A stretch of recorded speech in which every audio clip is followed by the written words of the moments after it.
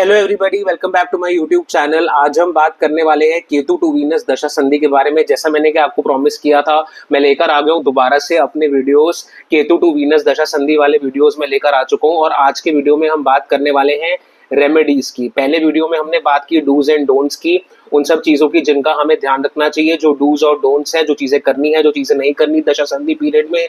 दूसरे वीडियो में हमने गलतियों की बात की, ऐसी मिस्टेक्स जो हम सब कर बैठते हैं दशा संधि वीडियो में, दशा संधि के पीरियड में, जब हमें कई बार पता नहीं लगता कि हम ये मिस्टेक्स कर रहे हैं और हमें बाद में पता चलता है कि okay we have made a big error.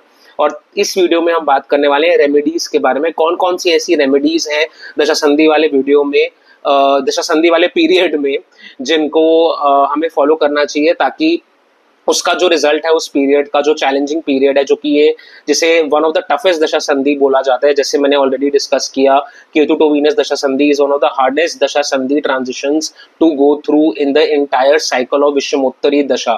जितनी भी दिशाएं हैं, जितनी भी दशा संधि है, हाँ एक जुपिटर राहु वाली दशा संधि थोड़ी इतनी डिफिकल्ट आप एक तरह से कह सकते हो कि वो मानी जा सकती है, लेकिन अदरवाइज केतु टू वीनस वाली जो है it is the hardest dasha संधि टू गो थ्रू, क्योंकि मैंने इसमें के रीजन भी डिस्कस किए हैं कि केतु डिटैचमेंट का कारक है, वीनस वर्ल्डली प्लेजर्स का कारक है। केतु आपको एकदम से डिटैच करेगा दुनिया से, लेकिन वीनस आपको दुनिया की तरफ लेकर जाएगा। तो ये जो पुश एंड पुल रहता है केतु और वीनस के बीच में, ये जातक के लिए, नेटिव के लिए बहुत ज्यादा इंटेंस हो जाता है। तो एनीवे आज हम बात करने वाले हैं रेमेडीज के बारे में, और मैं जब इन रेमेडीज के बारे में बात करूंगा तो मैं पहले जो दो वीडियोस हैं उनमें जो मैंने चीजें बोली हैं उनके ऊपर भी थोड़ा बहुत मैं दोबारा से आऊंगा। तो अगर आपने पार्ट 1 और पार्ट 2 इस वीडियो का नहीं देखा है तो मैं अपने डिस्क्रिप्शन में लिंक डाल दूंगा पार्ट 1 और पार्ट 2 दशा संधि वीडियो का। आप वो वीडियोस भी देख सकते हैं और उसके बाद आके you can watch the third part, ताकि आपको एकदम एक कंटिन्यूएशन में क्लियर हो जाए कि मैं कहना क्या चाहता हूँ।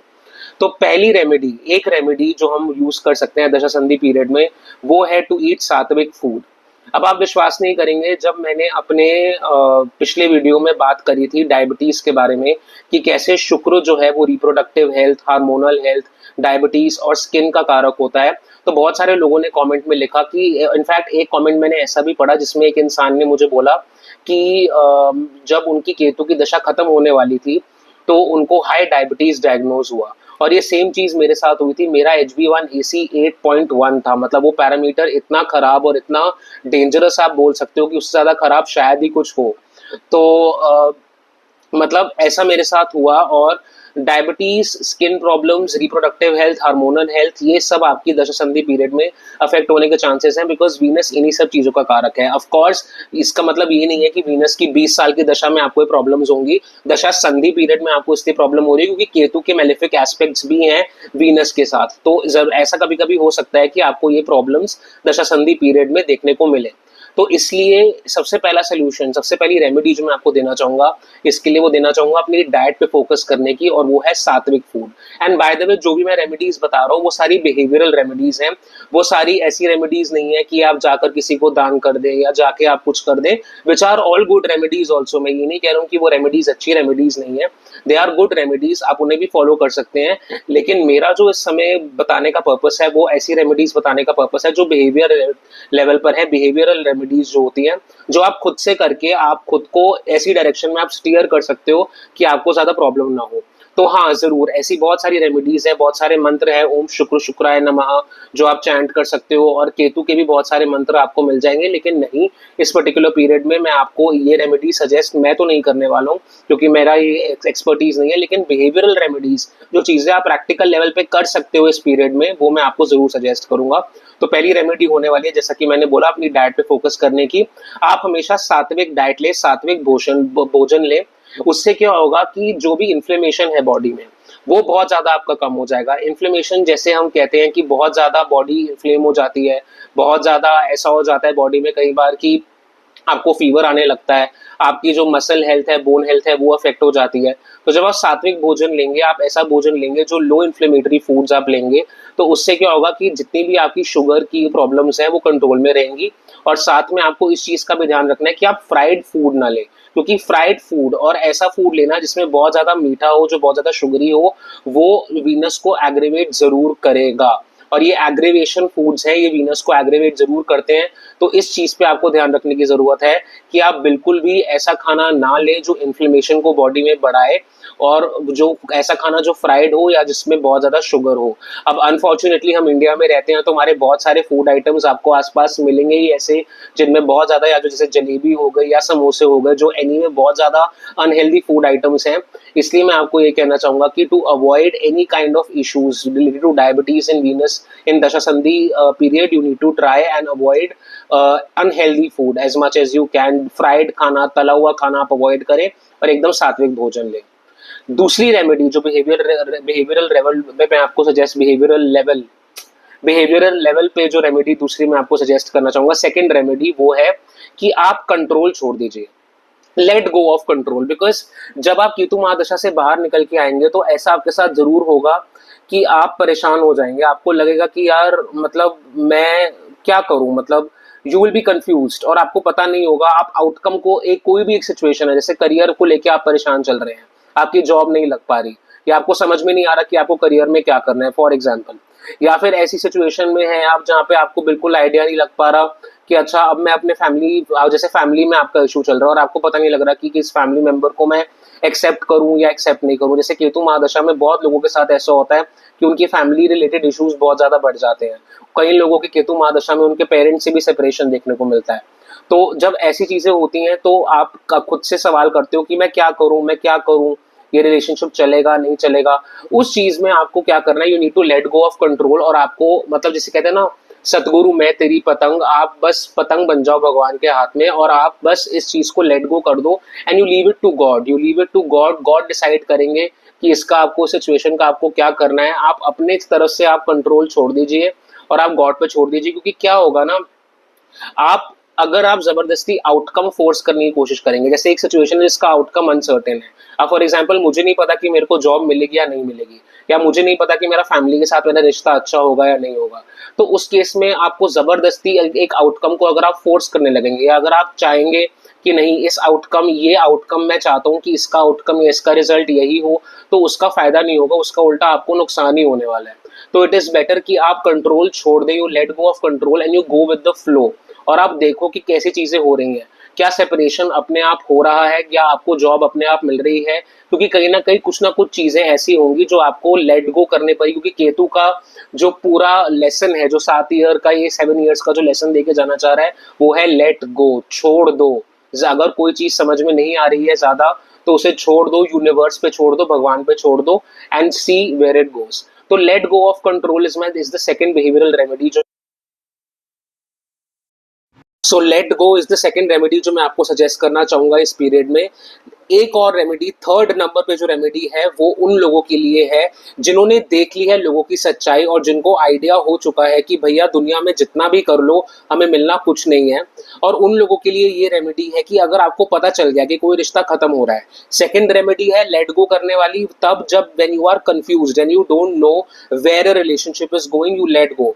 लेकिन जब आप ऐसे स्टेज पर आ जाओ जहाँ पे आपको पता लग जाए कि हाँ ये जो रिलेशनशिप है, ये जो रिश्ता है, इसका आगे कुछ नहीं हो सकता और ये रिश्ता सूनर रैदर देन लेटर खत्म ही होगा, तो उस केस में बेस्ट सिनेरियो ये रहेगा कि आप उस रिलेशनशिप को एंड होने से रोको मत।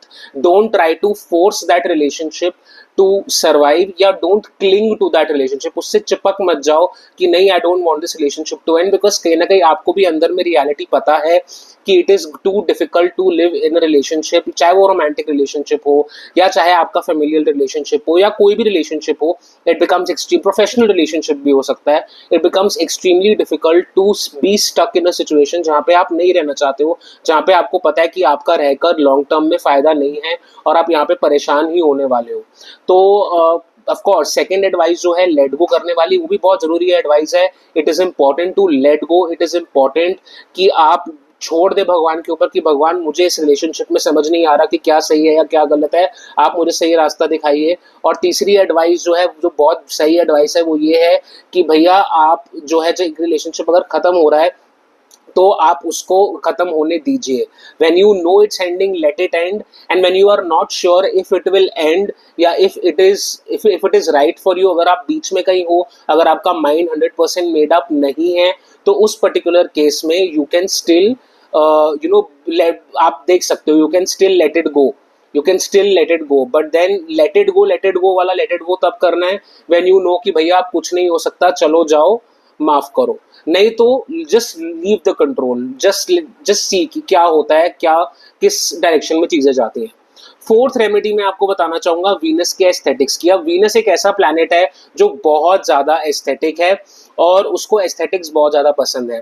तो इस रेमेडी में अगर आप वीनस के पॉजिटिव एस्पेक्ट्स को अगर आप चैनल करना चाहोगे तो उसका नंबर वन तरीका है by lighting up incense, by dressing up. अब जैसे मैं घर में अकेला हूँ सारा दिन और मुझे पता है मैंने कहीं जाना नहीं है, किसी से मिलना नहीं है और मेरे घर में भी कोई नहीं है जो मुझे देखे, तो तब भी उस केस में भी आप एक रेमेडी ये कर सकते हो कि you can dress well for yourself, या you can dress well with an intention कि नहीं आज मुझे अच्छा ड्रेसअप होना है। या और जरूरी नहीं है कि इसमें आपको बहुत ज्यादा पैसे खर्च करने की जरूरत है या बहुत ज्यादा ब्रांडेड चीजें पहनने की जरूरत है। आपके वार्डरोब में जो सबसे अच्छा दिखने वाले कपड़े हैं आप वही पहनिए घर पे भी, even when you are not going out. Then एक और रेमेडी है, you can light up incense stick. अब वीनस को खुशबू बहुत पसंद है, उसको बहुत ज्यादा जो अच्छी फ्रेग्रेंसेस है बहुत पसंद है। अगेन इसका ये मतलब नहीं है कि आप बहुत ज्यादा महंगे और एक्सपेंसिव डिओड्रेंट्स खरीदने लगे, इसका मतलब ये है कि आप कोई भी अफोर्डेबल इत्र जो अमेजोन से मिल जाए, किसी भी शॉपिंग वेबसाइट पे मिल जाए, आप वो अफोर्डेबल इत्र ले सकते हैं या आप कोई भी इंसेंस स्टिक लाइट अप कर सकते हैं। वीनस को अगर आपको प्लीज करना है तो आप बहुत अच्छे अच्छे गाने सुन सकते हैं। अगर आपको चाहे आपको अंग्रेजी गाने पसंद हो या आपको 2000s पॉप म्यूजिक पसंद हो या आपको पुराने गजल पसंद हो, you can always listen to those old songs जो आपको बहुत ज्यादा नॉस्टैल्जिक मोड में ले जाते हैं, जो आपको बहुत ज्यादा मेमोरीज आपकी रिफ्रेश कर देते हैं। आप उन गानों की भी सुन सकते, उन गानों को भी सुन सकते हैं। At the same point of time अगर आप चाहें तो आप ऐसे ड्रेसअप ऐसे अपीयर हो सकते हैं, आपकी अपीयरेंस में आप ऐसे चेंजेस ला सकते हैं, एस्थेटिक चेंजेस, जिससे आप अच्छे दिखें। अगेन दैट डजंट मीन कि आपको बहुत ज्यादा ओवर द टॉप जाके अपना मेकओवर करवाने की जरूरत है। No, I am not saying that. You can just look good, smell good, appear well put together with the limited amount of funds and money that you have। इसका मतलब ये भी नहीं है कि आपको शॉपिंग पे जाने की जरूरत है, जितना आपसे बन सके उतना ज्यादा अच्छे से रहिए। वीनस को खुश करने की इससे अच्छी रेमेडी और कोई नहीं हो सकती। पांचवें नंबर पे जो लास्ट रेमेडी मैं आपको देना चाहूंगा वो है सोशल मीडिया डिटॉक्स। हम सब सोशल मीडिया पे बहुत ज्यादा रहते हैं, बहुत ज्यादा अपना वक्त सोशल मीडिया पे स्पेंड करते हैं, इसलिए बहुत ज्यादा जरूरी हो जाता है हम सबके लिए कि हम कहीं ना कहीं सोशल मीडिया से ब्रेक लें। लेकिन जब दशा संधि पीरियड की बात आती है तो दशा संधि पीरियड में जैसे कि मैंने बोला कि वीनस के बेनिफिक एस्पेक्ट्स के साथ केतु के मेलेफिक एस्पेक्ट्स भी होंगे। तो ऐसा हो सकता है कि वीनस को अगर हम पॉजिटिव तरीके से देखें तो Venus is aesthetics, good smell, well put together, nice appearance. और वीनस की अगर हम नेगेटिव एस्पेक्ट्स की बात करें तो वीनस की नेगेटिव एस्पेक्ट्स में आ जाएगा कि वेन हो जाना, बहुत ज्यादा अनरियलिस्टिक ब्यूटी स्टैंडर्ड्स की तरफ अट्रैक्ट होना, या बहुत ज्यादा ऐसी इंपल्सिव बाइंग या इंपल्सिव शॉपिंग में लग जाना। तो वीनस के नेगेटिव एस्पेक्ट्स ये होंगे। तो सोशल मीडिया डिटॉक्स मैं आपको इसलिए बोल रहा हूँ बिकॉज कई बार सोशल मीडिया में you are attracted to beauty and beauty that is hollow, beauty that is fake. जैसे लड़के हैं, लड़कों को ऐसा हो सकता है कि उनका एकदम से बॉडी बनाने का मन करे या उनका बहुत ज्यादा अच्छा दिखने का मन करे। That is also an example of unrealistic beauty standards कि अभी आप केतु महादशा से जस्ट निकल के आ रहे हो और आप खुद से एक्सपेक्ट कर रहे हो कि आप वेल पुट टुगेदर हो, आपकी अच्छी बॉडी हो, तो वो इतना जल्दी नहीं हो पाएगा। So this is just an example that I'm giving you. Of course, this will vary for men and women. Unrealistic body standards कि मुझे कैसा दिखना चाहिए, मेरे को कैसा अपीयरेंस में अपनी चेंज लाना है। बिकॉज वीनस आ रहा है तो वीनस नेचुरली आपके अंदर ये डिजायर लाएगा कि आप अच्छा दिखना चाहोगे। You will want to look good, you will want to appear, आप अपना बेस्ट फुट फॉरवर्ड कैमरा के आगे रखना चाहोगे। लेकिन at the same point of time मैं आपको ये चीज बोलूंगा गाइस कि इट इज़ वेरी इंपॉर्टेंट कि सोशल मीडिया पे आप फेक चीज़ों को या फेक ब्यूटी स्टैंडर्ड्स को देख के बिल्कुल भी कैरिड अवे ना हो। और इसलिए अपना स्क्रोलिंग टाइम और अपना स्क्रीन टाइम, स्पेशली रात के समय में अपना जो स्क्रीन टाइम है आप कंट्रोल करके रखें। बिकॉज ओवरनाइट अगर आप स्क्रोलिंग करेंगे that will affect your sleep and that will overall आपके दशा संधि पीरियड के लिए अच्छा नहीं होगा। It will lead to dark circles, over thinking, और वो एक बहुत ज़्यादा टॉक्सिक पैटर्न बन जाएगा। तो बेस्ट है कि आप उसे अवॉइड करें। तो इसलिए सोशल मीडिया डिटॉक्स जो है मेरी फिफ्थ रेमेडी है। और सोशल मीडिया से अगर आप टाइम थोड़ा सा अपना कट करके उसे जर्नलिंग की तरफ, रीडिंग की तरफ, या you can probably go in nature and take a walk, इन सब चीज़ों में अगर आप अपना टाइम लगाना चाहें तो आपके लिए बहुत ज़्यादा बेनिफिशियल होगा। तो गाइज ये था आज का वीडियो। आई होप आप सबको ये 5 रेमेडीज जो मैंने दी वो आपको पसंद आई होंगी। These are all 5 remedies that you can follow in dasha संधि पीरियड।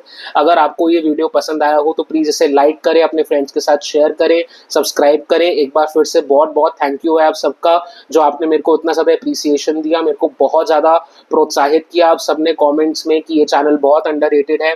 और अगर आप जानते हैं किसी को जो फायदे में आएगा इस कंटेंट को सुन के या इस कंटेंट को फॉलो करके, तो प्लीज़ आप उनको चैनल का लिंक शेयर करें। मुझे सब्सक्राइबर्स की बहुत ज़्यादा ज़रूरत है। Help me grow this channel and again thank you so much for all your support guys. Love you all, take care, bye bye.